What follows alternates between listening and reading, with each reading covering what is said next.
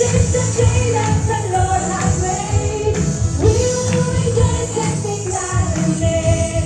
This is the day that the Lord has made. We'll rejoice and be glad in it. We worship you. Hallelujah, hallelujah. We worship you for who you are.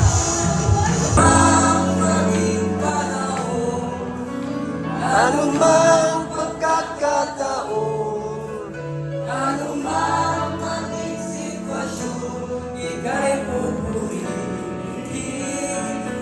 ikaw at ikaw marin.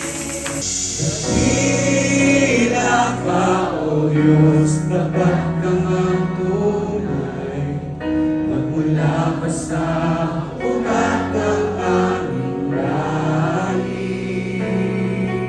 Mundo'y maguraw man maasahan kang lagi, maging hanggang wakas nitong buhay. Jesus, ako'y namamangha.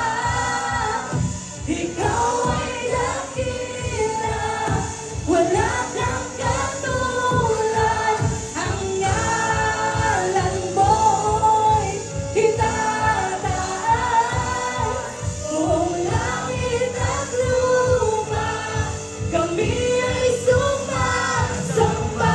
We're so excited to be here to celebrate our 10th year anniversary. Yes. With glorious presents. Before we begin, Yes. let's take a moment to say a special thank you to all our guests, pastors, and the sponsors. Kita yun. Dapat yung ma-experience mo rin you have to take the process. Kaya si Timothy, as far as I'm concerned, he is the successor of Apostle.